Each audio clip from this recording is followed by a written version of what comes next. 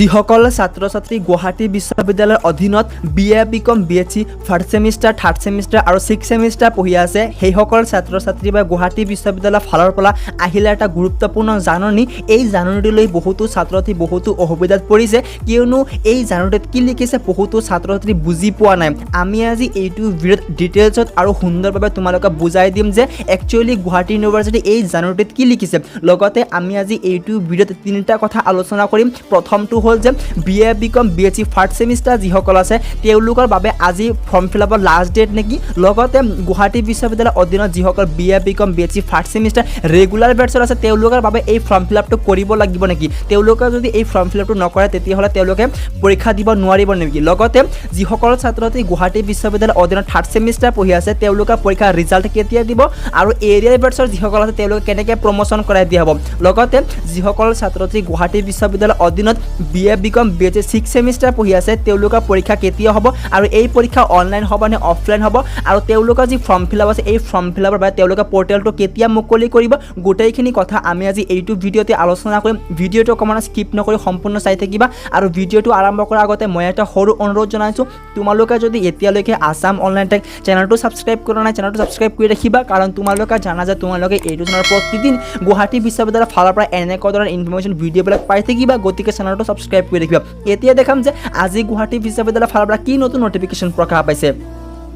তো দেখা পাইছে বন্ধু বান্ধৱ, প্ৰথমটো হ'ল যে গুৱাহাটী বিশ্ববিদ্যালয়ৰ ফালৰ পৰা যি তিনিটা নটিফিকেশ্যন প্ৰকাশ পাইছে। প্ৰথমটো হ'ল যে ফাৰ্ষ্ট সেমিষ্টাৰ, তাৰপিছত আছে ছিক্স সেমিষ্টাৰ, তাৰপিছত আছে থাৰ্ড সেমিষ্টাৰ। তো প্ৰথমতে মই বুজাই দিব বিচাৰোঁ যিসকল ছাত্ৰতে BA BCom BSc first semester পঢ়ি আছে ইয়াত লিখি আছে যে this is for information of all concerned that the TDC BA BSc BCom and BVoc first semester examination 2020 held in from 9 August 2020। অৰ্থাৎ BA BCom BSc আৰু BVoc ফাৰ্ষ্ট সেমিষ্টাৰ যিসকল আছে তেওঁলোকৰ পৰীক্ষা 9 আগষ্টৰ পৰা অনুষ্ঠিত কৰিব। ইয়াত লিখিছে যে student of first semester 2020 regular batch only who have not yet filled up the examination form are hereby instructed to complete the formality through GU portal on or before 29 July 2020। ইয়াত কৈছে যে গুৱাহাটী বিশ্ববিদ্যালয়ৰ অধীনত যিসকল ছাত্ৰ BA BCom আৰু BSc first semester regular বেটছৰ আছে যিসকলে তেওঁলোকৰ ফৰ্ম ফিলআপ এতিয়ালৈকে কৰা নাই তেতিয়াহ'লে তেওঁলোকৰ বাবে ফৰ্ম ফিলআপৰ পৰ্টেলটো মুকলি কৰিব, অৰ্থাৎ GU পৰ্টেলটো মুকলি কৰিব আৰু তেওঁলোকে 29 জুলাইৰ আগলৈকে তেওঁলোকে ফৰ্ম ফিলআপটো কৰিব লাগিব। অৰ্থাৎ যিসকলে কোনো কাৰণবশতঃ কোনো অসুবিধাৰ বাবে তেওঁলোকে ফৰ্ম ফিলআপটো কৰিব পৰা নাছিলে তেওঁলোকৰ বাবে আৰু এটা সোণালী সুযোগ দিছে যে তেওঁলোকে ফৰ্ম ফিলআপটো কৰিব পাৰিব আৰু পৰীক্ষাটো দিব পাৰিব। যদি তেওঁলোকে ফৰ্ম ফিলআপ নকৰে তেতিয়াহ'লে তেওঁলোকে পৰীক্ষা দিব নালাগিব। তো এই নটিফিকেশ্যনটো আছে যিসকলে ফৰ্ম ফিলআপ কৰা নাই সেইসকলৰ বাবে। তো ফাৰ্ষ্ট সেমিষ্টাৰ ৰেগুলাৰ যিসকল আছে তেওঁলোকৰ বাবে এই নটিফিকেশ্যনটো যিসকলে ফৰ্ম ফিলআপ কৰা নাই যিসকলে কৰিছে তেওঁলোকে কৰিব নালাগে। তো তৃতীয় নম্বৰ লিখিছে যে ইয়াত কৈছে যে তো কোনোবা এজনে মোক মেছেজ কৰি কৈছিলে যে এই যি নটিফিকেশ্যনটো আছে এইটো বোলে গোপীনাথ বৰদলৈ কলেজৰ।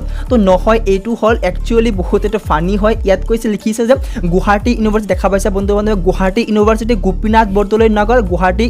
তো এইটো এটা পিন নাম্বাৰ দিয়া আছে। তো গোপীনাথ বৰদলৈ যিটো আছে এইটো হ'ল এড্ৰেছটো আৰু একচুৱেলি গুৱাহাটী ইউনিভাৰ্চিটিৰ হয়। তো অকণমান তলত আহিৰ লগে লগে ইয়াত দিছে যে যিসকল ছাত্ৰ ছাত্ৰী গুৱাহাটী বিশ্ববিদ্যালয়ৰ অধীনত BA BCom BSc six semester পঢ়ি আছে লগতে BVoc তেওঁলোকৰ যি পৰীক্ষা আছে এই পৰীক্ষা আগষ্টৰ 28 আগষ্টৰ পৰা অনুষ্ঠিত কৰিব। মই কোৱা মতে তোমালোকৰ পৰীক্ষা অনুষ্ঠিত কৰিব আগষ্টৰ মাহৰ লাষ্টৰ পিনে। ইয়াত কৈছে তোমালোকৰ যি SOP আছে SOPটি প্ৰকাশ পাব আৰু ইয়াত কৈছে যে যিসকলে ফৰ্ম ফিলআপ আছে তেওঁলোকৰ ফৰ্ম ফিলআপ অনলাইনত হ'ব আৰু যি পৰীক্ষা আছে এই পৰীক্ষা তোমালোকে অনলাইনতে অনুষ্ঠিত কৰিব ছিক্স সেমিষ্টাৰ পৰীক্ষাটো। ইয়াত কৈছে যে তোমালোকৰ যি ফৰ্ম ফিলআপ এই ফৰ্ম ফিলআপ 29 জুলাই তাৰিখৰ পৰা আৰম্ভ হ'ব, অৰ্থাৎ আজিৰ পৰা আৰম্ভ হ'ব আৰু তোমালোকৰ যি পৰ্টেলটো আছে এই পৰ্টেলটো হ'ব পাৰে তোমালোকে আবেলিৰ পৰা পৰ্টেলটো মুকলি কৰি দিব। ইয়াত কৈছে যিসকলে 17 আৰু 18 বেটছৰ আছে তেওঁলোকৰ পৰা ফৰ্ম ফিলআপ আজিৰ পৰা আৰম্ভ হ'ব। লগতে 15 আৰু 16 বেটছৰ আছে যিসকল আইডেলৰ তেওঁলোকৰ ফৰ্ম ফিলআপ 6 আগষ্টৰ পৰা আৰম্ভ হ'ব। আৰু তেওঁলোকৰ যি মোবাইল নাম্বাৰ আছে এই মোবাইল নাম্বাৰটো আপডেট কৰিবলৈ কৈছে। মোবাইল নাম্বাৰ ইমেইল আইডি তোমালোকে আপডেট কৰিবা, কাৰণ মোবাইল নাম্বাৰ ইমেইল আইডি বহুত ইম্পৰ্টেণ্ট হয় অনলাইন পৰীক্ষাৰ বাবে। আৰু তৃতীয় নম্বৰ তফাত লিখিছে যে যিসকল ছাত্ৰ ছাত্ৰী গুৱাহাটী বিশ্ববিদ্যালয়ৰ অধীনত BA BCom BSc third semester পঢ়ি আছে লগতে এৰিয়াৰ বেটছৰ হয় তেওঁলোকৰ বাবে ইম্পৰ্টেণ্ট নটিফিকেশ্যন দিছে যে ইয়াত কৈছে তেওঁলোকৰ যি প্ৰমোশ্যন কৰাই দিব, তেওঁলোকে প্ৰমোশ্যন ফাৰ্ষ্ট সেমিষ্টাৰ আৰু থাৰ্ড সেমিষ্টাৰ পৰীক্ষাৰ ওপৰত প্ৰমোশ্যন কৰাই দিব। ইয়াত কৈছে CBSE যিসকল আছে তেওঁলোকৰ বাবে ইনষ্ট্ৰাকশ্যন দিছে তেওঁলোকৰ যি পৰীক্ষা হয় এই পৰীক্ষা যি প্ৰেক্টিকেল পৰীক্ষা আছে এই 20 মাৰ্কৰ প্ৰেক্টিকেল পৰীক্ষা হয়, তাৰ 8 মাৰ্কৰ পৰীক্ষা হ'ব লেবৰেটৰী নোটবুক আৰু 4 নম্বৰ হ'ব থিয়ৰিকেল প্ৰেক্টিকেলৰ ওপৰত আৰু 8 নম্বৰ হ'ব অৰেল এক্সামিনেশ্যন। ইয়াত কৈছে দেখা পাইছা আৰু তোমালোকে যিসকল হনাৰ্ছ আছে তেওঁলোকৰ ছেম ডেট তোমালোকৰ প্ৰেক্টিকেল পৰীক্ষাটো অনুষ্ঠিত কৰিব গুৱাহাটী বিশ্ববিদ্যালয়। এতিয়া কথাটো হ'ল যে যিসকল ছাত্ৰতে BA BCom BSc third semester পঢ়িছে তেওঁলোকে কেনেকৈ প্ৰমোশ্যন কৰি দিব। তো ইয়াত লিখিছে 4 নম্বৰ দফাত লিখিছে দেখা পাইছা, ইয়াত লিখিছে the result of third semester examination 2020 held will be prepare on the basis of the mark obtained by the candidate in the first semester and second semester examination and internal assessment mark of third semester course and the assignment to be done in third semester। ইয়াত কৈছে তোমালোকৰ promotion কেনেকৈ কৰিব। প্ৰথম হ'ল first semester mark, দ্বিতীয় number হ'ল second semester mark, তৃতীয় নম্বৰ হ'ল থাৰ্ড ছেমিষ্টাৰ যে তোমালোকে এছাইনমেণ্ট দিছিলা সেই থাৰ্ড ছেমিষ্টাৰ এছাইনমেণ্টৰ ওপৰত তোমাৰ প্ৰমোশ্যন কৰাই দিব। এতিয়া কেনেকৈ মাৰ্কটো দিব, তোমাৰ ফাৰ্ষ্ট ছেমিষ্টাৰৰ পৰা 15 মাৰ্ক আৰু ছেকেণ্ড ছেমিষ্টাৰৰ 15 মাৰ্ক তোমাৰ মিলাই 20 মাৰ্ক আৰু তোমালোকৰ থাৰ্ড ছেমিষ্টাৰ এছাইনমেণ্টৰ ইণ্টাৰনেল এছাইনমেণ্টৰ ওপৰত তোমালোকে দিব 20 মাৰ্ক আৰু তোমালোকৰ 50 মাৰ্ক ফ্ৰম এছাইনমেণ্টৰ পৰা দিব, তো 100 মাৰ্ক তোমালোকে দিব।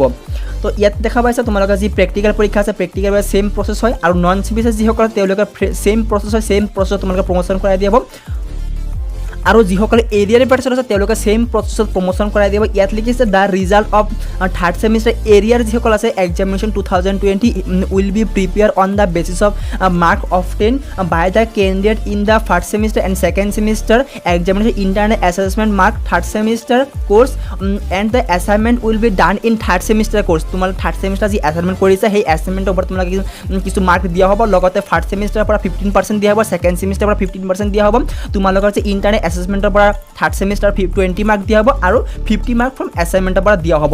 তো এনেকৈ তোমালোকে প্ৰমোশ্যন কৰাই দিয়া হ'ব।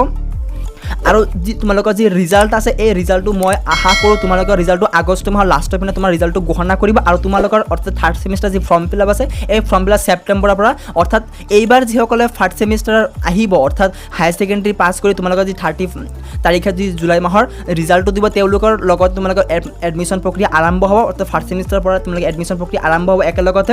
তো এইখনে আছিলে গুৱাহাটী বিশ্ববিদ্যালয়ৰ ফালৰ পৰা সৰু এটা ইনফৰমেশ্যন ভিডিঅ' হয়তো তোমালোকে বুজি পাইছা। তো প্ৰথমতে পাজুল লগাইছিলে যে যিসকলে ফাৰ্ষ্ট ছেমিষ্টাৰ আছে তেওঁলোকে ফৰ্ম ফিল আপ কৰিব লাগিব নেকি। তো মই ক'ব বিচাৰোঁ যে যিসকলে ফাৰ্ষ্ট ছেমিষ্টাৰ আছিলে এইবাৰ ৰেগুলাৰ বেটছত 2020 যিসকলে ফৰ্ম ফিল আপ কৰা নাই সেইসকলৰ বাবেহে এইটো ফৰ্ম ফিল আপ। মই আৰু এটা নটিফিকেশ্যন দিব, এই যি নটিফিকেশ্যনটো দেখা পাইছে এইটো হ'ল গুৱাহাটী বিশ্ববিদ্যালয় 27 জুলাই তাৰিখে জাৰি কৰিছে। ইয়াত লিখিছে যে it is hereby notified to all concern the TDC first semester arrear batch 2015 and 16 and IDOL and arrear 2015, 16, 17, 18 batch যিসকল আছে তেওঁলোকৰ বাবে এটা লিংক দিছে, সেই লিংকৰ পৰা আজি হ'ল লাষ্ট ডেট তেওঁলোকে ফৰ্ম ফিল আপ কৰা। যিসকলে ফৰ্ম ফিল আপ কৰা নাই ফৰ্ম ফিল আপ কেনেকৈ কৰা ডেছক্ৰিপশ্যন বক্সত লিংক পাবা, সেই ভিডিঅ'টো চাই ফৰ্ম ফিল আপ কৰিব পাৰে। আৰু বহুতে এটা প্ৰশ্ন কৰিছিলে যে তেওঁলোকৰ যি এপ্লিকেশ্যন আইডিটো আছে এপ্লিকেশ্যন আইডিটো যদি নাথাকে তেতিয়াহ'লে কেনেকৈ দিব। তো যি এপ্লিকেশ্যন আইডিটো আছে এই এপ্লিকেশ্যন আইডিত কোনো ধৰণৰ ষ্টাৰ মাৰ্ক দিয়া নাই, অৰ্থাৎ এইটো কম্পালচৰি নহয়। ইয়াত লিখিছিলে যে ইফ এভেইলেবল যদি তোমাৰ থাকে তেতিয়াহ'লে তোমাৰ দিবলৈ কৈছে, যদি নাথাকে তেতিয়া দিবলৈ কোৱা নাই। তোমাৰ লগত এইখনে আছিলে। আৰু কোনোবাই এজনে মোক প্ৰশ্ন কৰিছিলে যে BA BCom BSc first semester যি ৰুটিনটো ওলাইছে অৰ্থাৎ এক্সামৰ যি ডেটটো আছে এইটো ৰিয়েল হয় নে ফেক হয়। তো মই ক'ব বিচাৰোঁ যে এইটো কোনো ধৰণৰ ফেক ৰুটিন নহয়, এইটো ৰিয়েল হয়। অৰ্থাৎ তোমালোকৰ 9 আগষ্ট পৰীক্ষা হ'ব, এইটো কনফাৰ্ম হয়। তোমালোকৰ কোনো ধৰণৰ ডেট চেঞ্জ নকৰে গুৱাহাটী বিশ্ববিদ্যালয়। মই জানো কাৰণ মই নিজে গুৱাহাটী বিশ্ববিদ্যালয়ত জড়িত থাকোঁ, তোমালোকে হয়তো গমেই পোৱা গুৱাহাটী বিশ্ব অফিচিয়েলি এইটো জাৰি কৰিছে। তো এইখনে আছিলে গুৱাহাটী বিশ্ববিদ্যালয়ৰ ফালৰ পৰা সৰু এটা ইনফৰমেশ্যন ভিডিঅ'। যদি ভিডিঅ'টো ভাল লাগে তেতিয়া লাইক কৰিবা আৰু শ্বেয়াৰ কৰিবা তোমাৰ বন্ধু বান্ধৱ আৰু হোৱাটছএপ গ্ৰুপলৈ। তো আজিলৈকে এইখিনি আৰু চেনেলটো ছাবস্ক্ৰাইব কৰি ৰাখিবা।